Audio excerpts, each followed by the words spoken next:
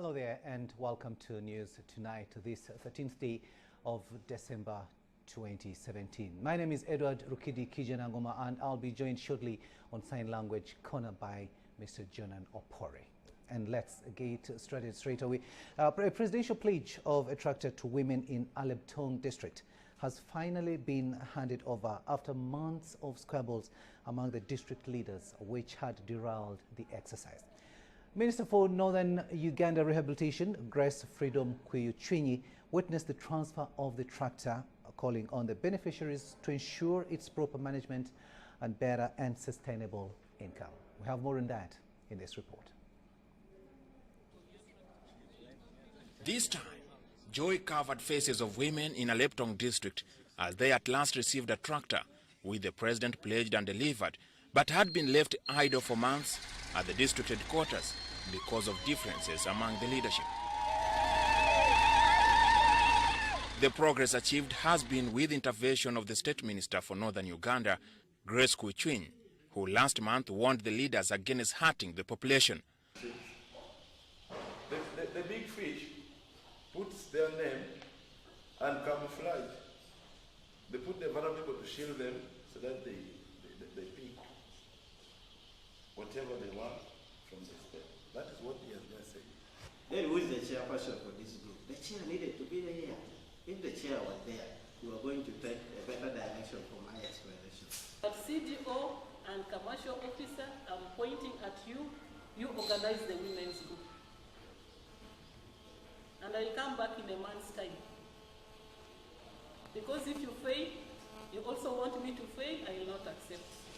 With the difference settled, Kuyuchwinyi has urged the women group to ensure proper management of the tractor, with which she is optimistic that shall have economic impact on the households. I don't want to come and find the tractor packed and work as a team. Work as a team, because as a team you can do much more. I'm happy about this, what you have said, that each sub-county is going to have a pilot farm or a demonstration farm. That is going to be very good. So that the person who gave you the tractor, His Excellency the President, when he comes, you show him. If the President comes and finds you working with the tractor and working well, he will be happy, isn't it? He will be happy, even you will be happy. So next time when the rains come, I want to come and we go to the garden. I want to come and I want you to challenge the cow that we have dug soya, sunflower, cassava. We need a store so that the cow can also get the government program to you. The delighted Luechojik group, composed of 300 women, expressed readiness to start work with the driver already employed. To form committees in the various districts, and we are going to request the district, the sub-county management to give us pilot plots where we are going to engage these women in all their 300 of them that are spread throughout the district. There is a large government program of giving out tractors to all the regions. For it started with Ankole sub-region receiving 40 tractors in a bid to mechanize and commercialize agriculture. Onyango Jackson reporting in Aleptong district. Now, the Minister for Information, Communication Technology and National Guidance, Frank Tumwebaze, has expressed the need for government to install universal and reliable internet connectivity to enable effective utilization of the electronic government systems. Now, while launching the Public Service Commission e-recruitment system here in Kampala, Mr. Tumwebaze said by taking such an initiative and service online helps increase people that use ICT, hence reduction in internet costs.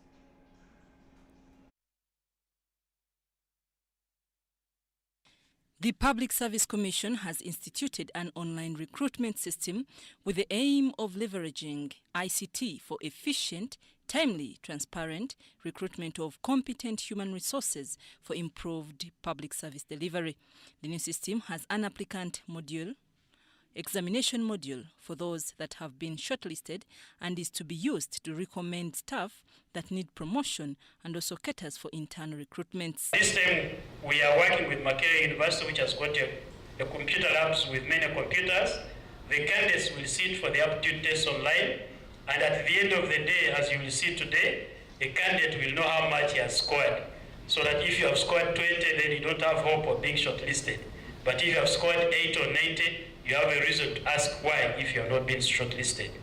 The chairman, Public Service Commission, Justice Raf Ochan, says the system will also help solve the challenge of the few vacancies given many applications.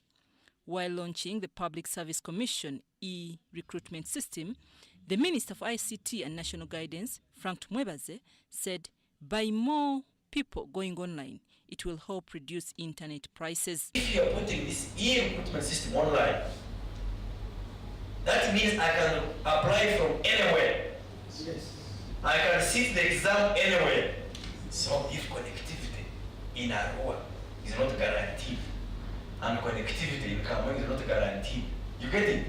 I send mine, you don't receive me because of connectivity failure. Now who's responsible for that? Of course that's government now. So now this gives us the reason to justify to government the need for universal connectivity.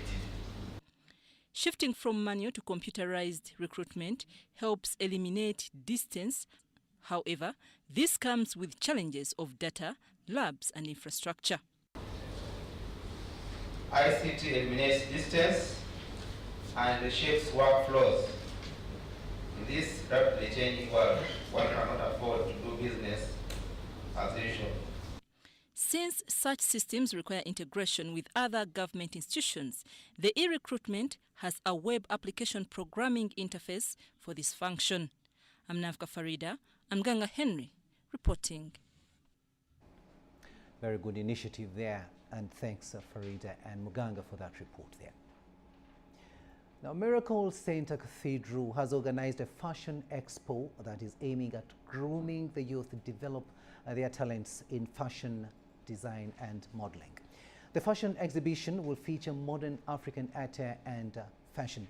Now, during a news conference, Pastor Robert Kayanja of Miracle Center Cathedral said there is need for Africa to groom its own fashion, design and modeling instead of copying from Western countries. He said such initiatives will transform livelihoods of many Africans, but particularly Ugandans. Fashion Expo is going to be based on the African modern, ancient and modern. And so it's really going to be unique. Nothing like this has ever been done in the body of Christ. Neither has it been done on this scale in the country. So it is free, people are coming in. We looked out, what is that one thing that is missing in the Christian faculty? What is that the church is not focusing at, yet the youth look out for it? So we sensed and we saw the fashion eye.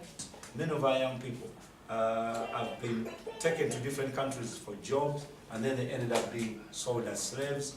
I think it's time for the world to give back what they had stolen from Africa.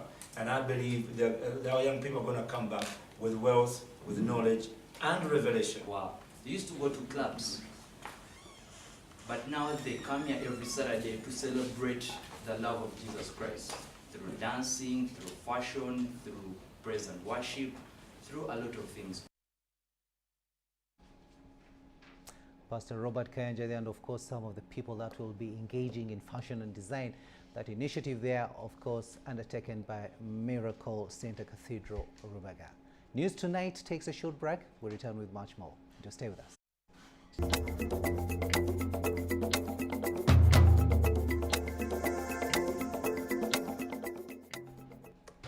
Welcome back from that short break, and this is News Tonight on UBC TV. Now moving on, let's go to Mbarara District, where Kabura Town Council in Mwizi Sub-County and Nyihanga Town Council in Indasia Sub-County in Rwampara County have been launched by Mbarara District Chairperson Captain John Bosco Bamturati Tumsime in Rwampara County with a call to the beneficiaries to create other sources of local revenue as they wait conditional funding from central government. Captain Tumusime officiated at the handing over ceremonies at Mwizi Sub-County Headquarters and in Nyehanga Trading Center, and he was flanked by the RDC in Mbarara, Captain Martha Asimwe, and that took place yesterday. We have solicited for these town councils, this Kabura and the others, so that we can have what we call uniform development of the country. This is an area which is very distant from Mbarara town, and it's an area which is very, very productive. But today, I'm very happy that I was given to be acting as a principal town clerk, as town council has been launched in Mwizi. I hope we shall be working hand in hand with the political line to develop our area, and politicians and the area and people around are very happy.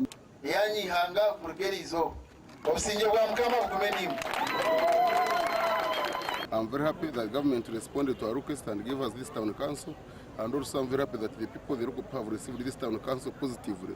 Many people in the villages do not have money, but also they don't have the urge and the focus to work for much money, and also they continue to waste the little money that they earn. Therefore, when we have a town council here, we shall guide people to use their money appropriately. We are also creating other sources of local revenue as governments, as a district, and I have encouraged also the sub-county councils also to create more sources of the local revenue. Abantu ba Mwizi ninyenda kubebaza nimwe bare kukora n'amani cyamanero sifai no ijuka ubutugambira muntu ijaho naona rebongabirano hariho modo itwa kopere South Korea ya samau ungdong modo Nwajira Vincent was been the sub-county chief here, Mwizi sub-county. So when you, as the way you begin when you are young, it is the chances of becoming like a cow or a head of the report. That is what is taking place in Mbarara, and of course those are four municipal councils there, and we believe that that's a good initiative that will take services closer to the citizens. Now, staff of Uganda Broadcasting Corporation, UBC, could be headed for enhanced remuneration if the reorganization proposal by the board of directors is anything to go by. Now, the UBC salary survey report results from a review conducted in January 2017 aimed at competitively remunerating UBC personnel in comparison with other well-placed media houses in the country. Now, UBC board chairman Simon Kahero disclosed this while handing over a reorganization report to the permanent secretary and Ministry of ICT, Vincent Bagire. The report also details the UBC organizational structure and job review, human resource management manual, guidelines for implementation of UBC structure and terms of reference. Here is the board chairman.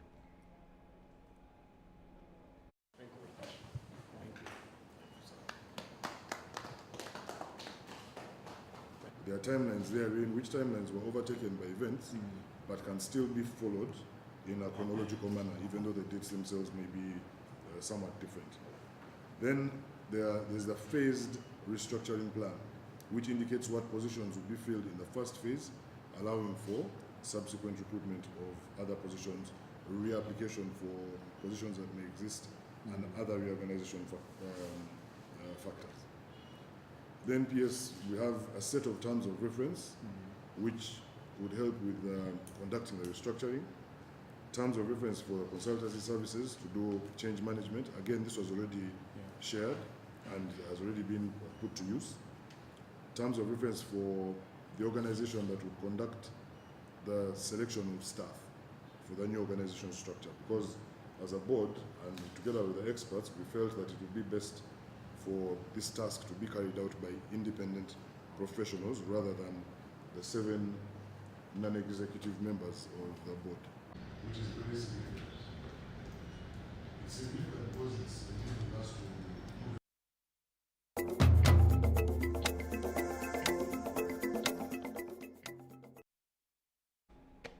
This is UBC News Tonight. Let's talk business now, and we go to Kasese District, where the district has received 2 sets of road construction equipment. Now, this is part of the government programs to make districts self-sufficient. The equipment was received by the area politicians and public servants, as we hear in this report.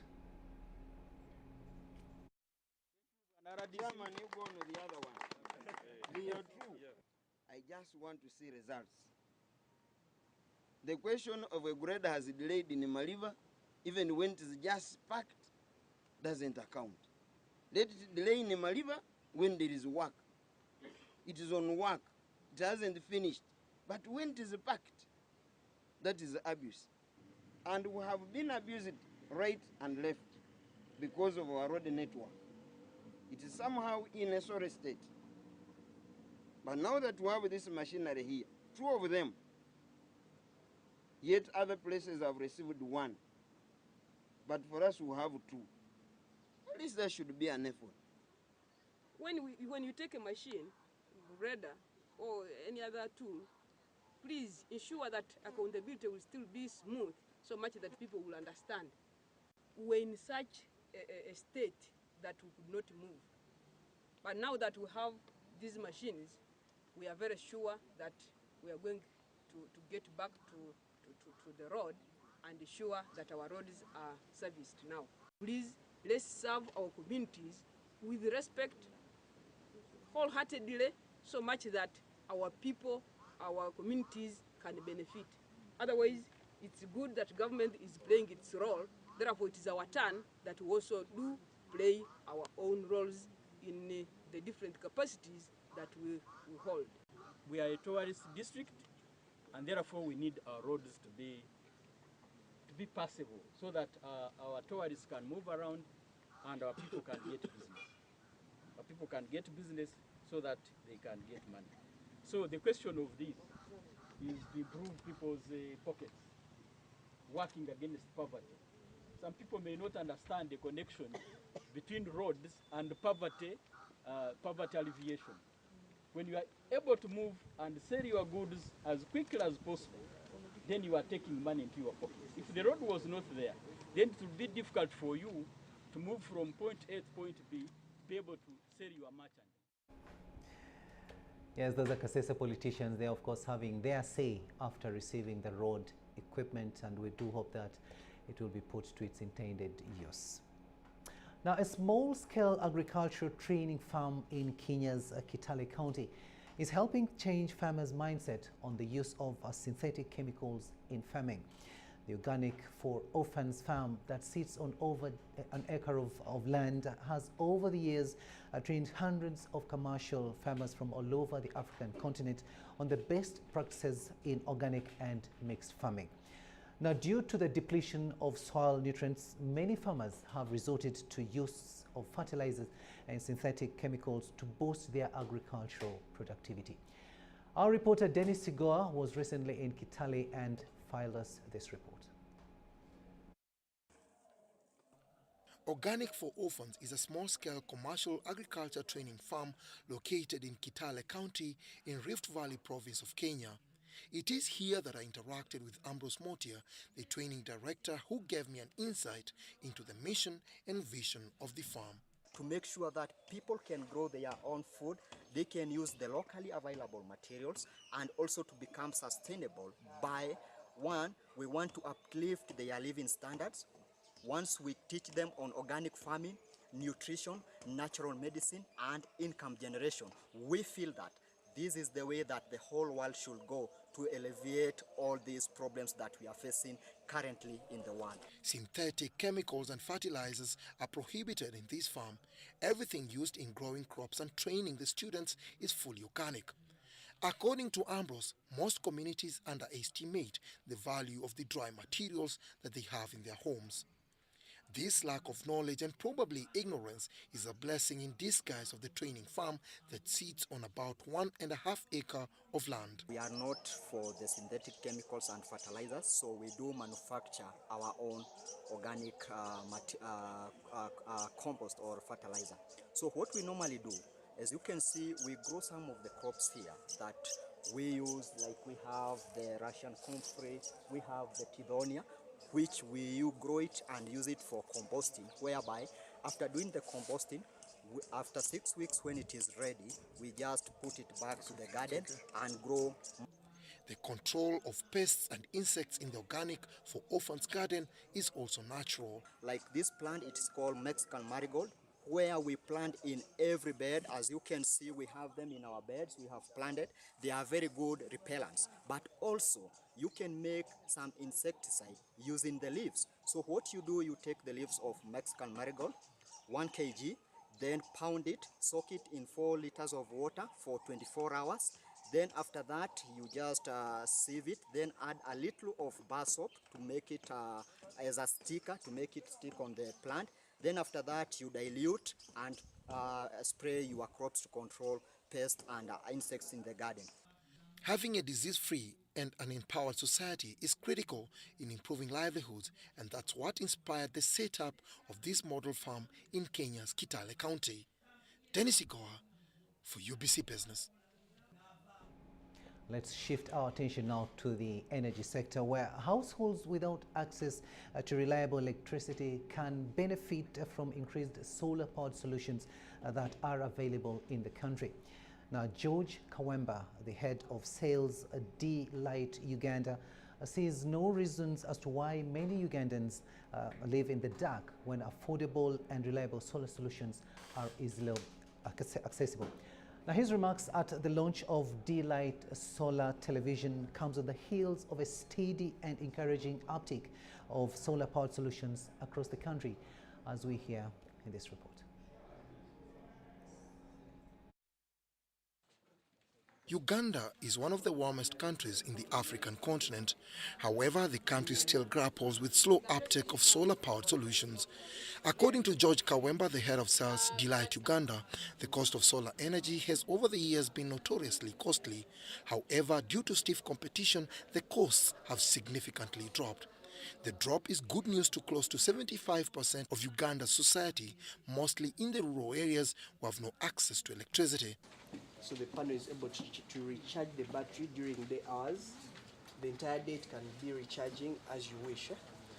So from the connection from the panel, we have this connection, which are for the lights. We have 4 ports, 1, 2, 3, and 4 ports. So you can all plug them in, and then it can light you depending on what you want. The launch of the solar kit and an X850 solar television by D-Light Uganda aims at improving the uptake of solar-powered solution, in addition to enhancing the access to information and entertainment through the use of TV.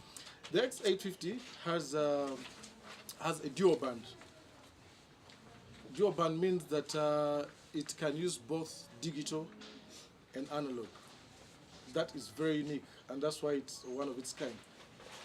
This X850 device is not only affordable, but it is the best way to give affordable light, extensive light, and coupled with entertainment. Uganda continues to embrace green energy, which is eco-friendly. In the recent past, solar power stations have been commissioned in various parts of the country to supplement on hydroelectricity. Dennis Igoa and Charlotte Amuge for UBC News. Thanks, Dennis and Charlotte, for that report there. Now, Uganda National Bureau of Standards, UNBS, has approved 254 new standards to help in the safety of consumers. The Executive Director, UNBS, Dr. Ben Manyindo, says this will support government priority areas of oil and gas, agro inputs, and inspection of used motor vehicles, among others. Of the approved standards, 48 cover management and services, 111 cover chemicals and consumer products, 52 cover engineering, while 43 are for food and agriculture. Now, this was at a press conference that was held at the UNBS headquarters in Bweregere. They are voluntary in nature. We also withdrew 30 standards. So you can see now, those of you who are mathematics, you will see that the 30 are withdrawn. No, 254 new, but 30 withdrawn. That means now our basket has 30 less. So simply you can say now actually you have done 224, but that's not the case. They are withdrawn standards. Why do we withdraw standards? We find that they are no longer applicable. Something new has come up, and therefore we need to change the standard. Something new may be in terms of technology. Something new may be because of the consumer preferences and tastes. Something new can become of the economics and the socio-economic development. So we withdraw and put new ones. So we have 254 declared standards, Uganda standards. 76 are for compulsory specifications. Now that adds to the pool which we have been having as a country. And we have now gone beyond the 3,000 mark fertilizers. And that is important for the farmers. And the fertilizers, they have different types of fertilizers from the technical point of view. They have about 6 or 7 types of fertilizers. Then they have a very interesting one called sugarcane juice. I don't know how many of us have taken that, but if you have been to India and some of these, that's a very specialized area. And we feel that instead of just selling some of these sugar canes, you can have your small industry and produce juice out of it, according to these guidelines that that we have put. Then we have meat, poultry, and processed products. We have goat meat specifications. So if you are now buying your meat, especially goat, we have the specifications. But we also have the other one. Dr. Ben Manyindo of UNBS ending that report there. Now, residents of Mengo Kisenyi 2 parish have expressed discomfort of the increasing insecurity in the area as the festive season draws nearer. Now, they say their lives and property are being threatened by prowling goons. The crime rate in Mengo Kisenyi 2 parish of Kampala City is reportedly deteriorating due to thugs who are disturbing the peace of residents. Residents say the thugs, also known as Kifes, with some ruthless border riders, have formed a force that is terrorizing residents. This came out during a security meeting aimed at beefing up security in the area.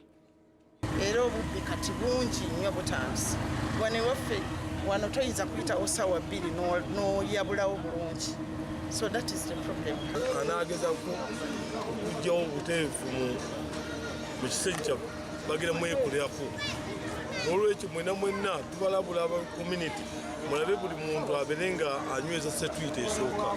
The Deputy Resident City Commissioner, Central Division, Sala Bananuka, advised police officers to avoid soliciting bribes from wananchi while executing their duties.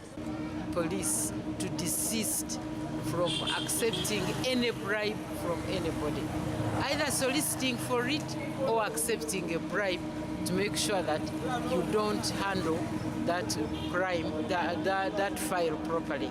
District Police Commander Odi Kampala Police Station, Grace Nyangoma, says police have intensified measures to curb insecurity in Kisenyi.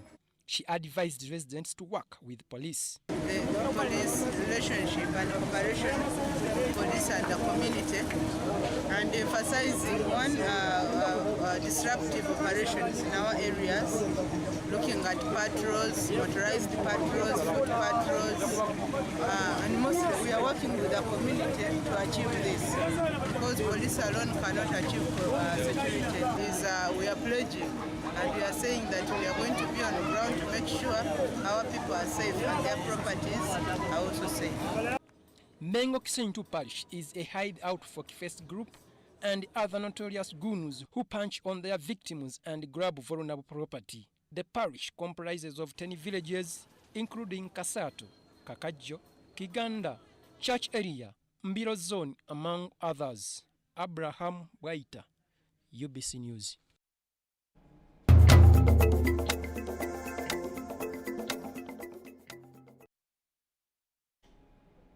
Welcome back, and moving further afield, we go to neighboring South Sudan, where young people have showcased their dramatic dance competition to describe a clear picture of South Sudan's situation of fear, violence and danger in the region. Now, UN peacekeeping mission is working together with the youth to protect them, but also to build a durable peace so they get the opportunities that they deserve. Our reporter Hilda Mutonyi gives us more. Some depiction of fear, violence and the danger of living in war-torn South Sudan was expressed through dramatic dance at a competition organized by the United Nations mission in South Sudan. These young people feel like their generation is suffering more than most in terms of lost opportunities and the inability to reach their full potential because of ongoing conflict. There is not enough food for us, no enough education, no hospitals. I feel like sad. Talented young performers is palpable. I'm not excited about my future because I don't know what to say even. But just, yeah, it's very hard, but we need peace in our country.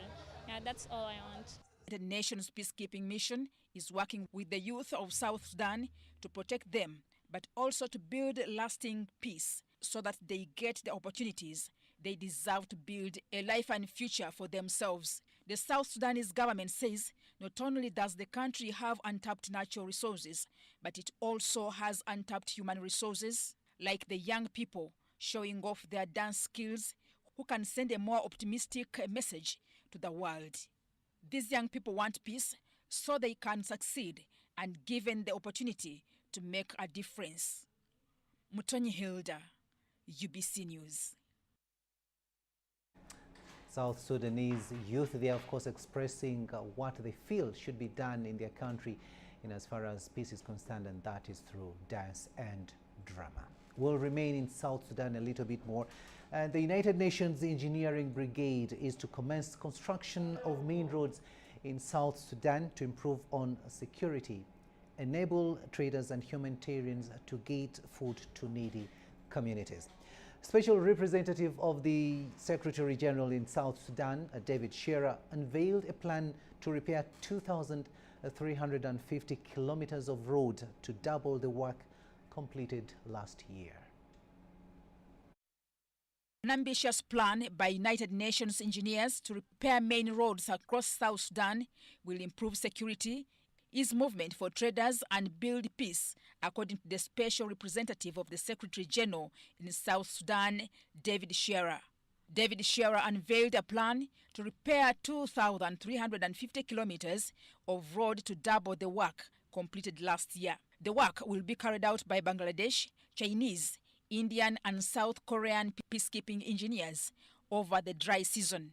Fixing the roads will enable UNAMIS patrols to go deeper into trouble spots to deter violence, protect civilians, and give displaced people the confidence to return home. We hope it does. Infrastructure such as roads will help anchor peace by building that prosperity.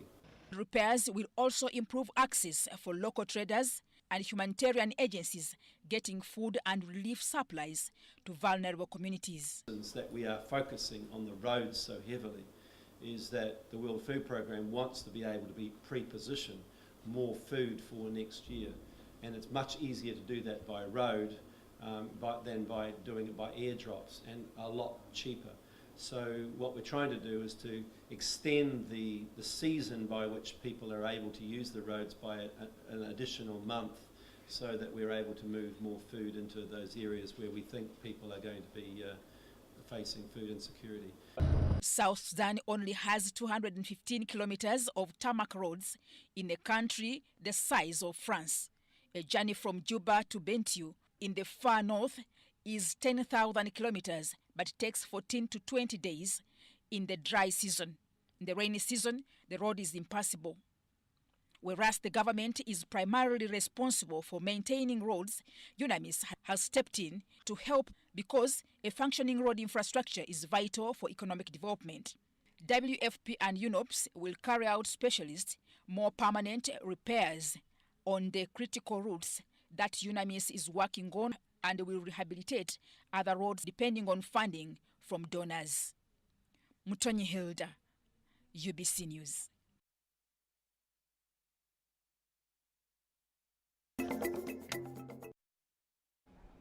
UBC Sport, and we begin with the University Games, where Ndeje University, the host of the 2017 Inter-University Games, confirms a readiness to host the biggest schools championship in the land.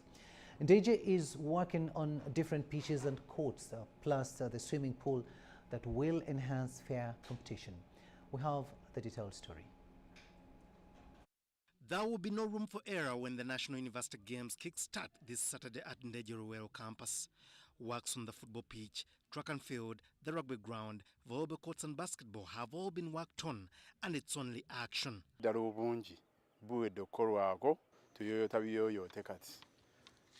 Ebikyasigaddemu bitono nnyo byakussaamu layini ku maakinga naye ng'ebisaawe byonna biwedde era nga bw'obirabye wano byonna biwedde.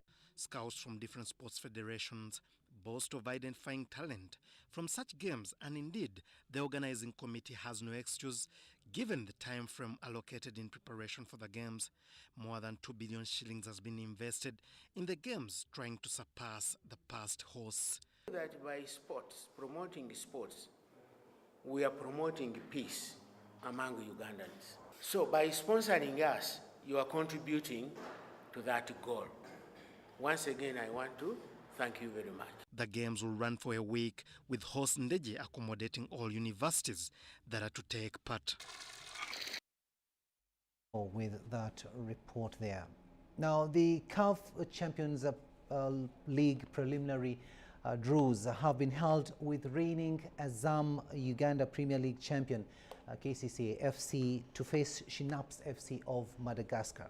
Now, with the first 2 legs to be played on the weekend of the 9th to the 11th of February 2018, KCCA have been waiting for the draws to enhance training.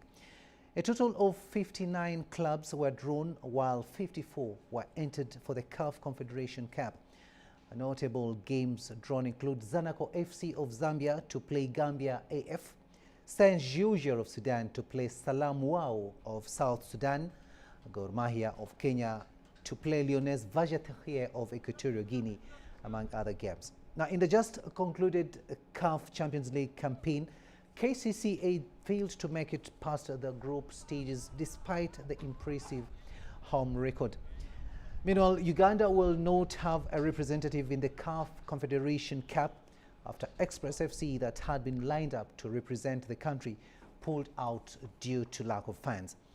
Vipers SC, that had previously represented the country in those competitions, did not show any interest to compete.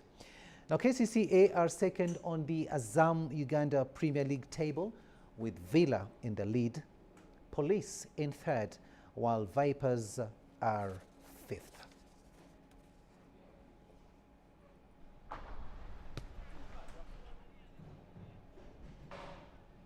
And lastly, 50 journalists have been enrolled for the FUFA media course at the Uganda Football Association Technical Center in Njero.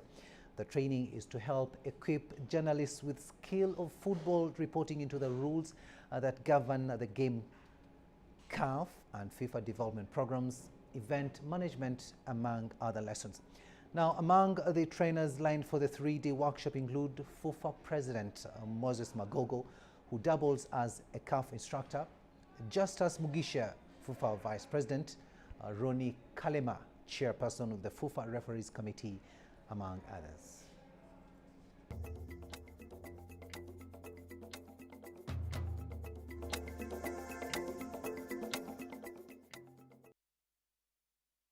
I'm afraid we have to leave it at that. Thank you so much for having watched. John Anopori has been on sign language, and I am Edward Rukidi Kijanangoma, wishing you a blessed night.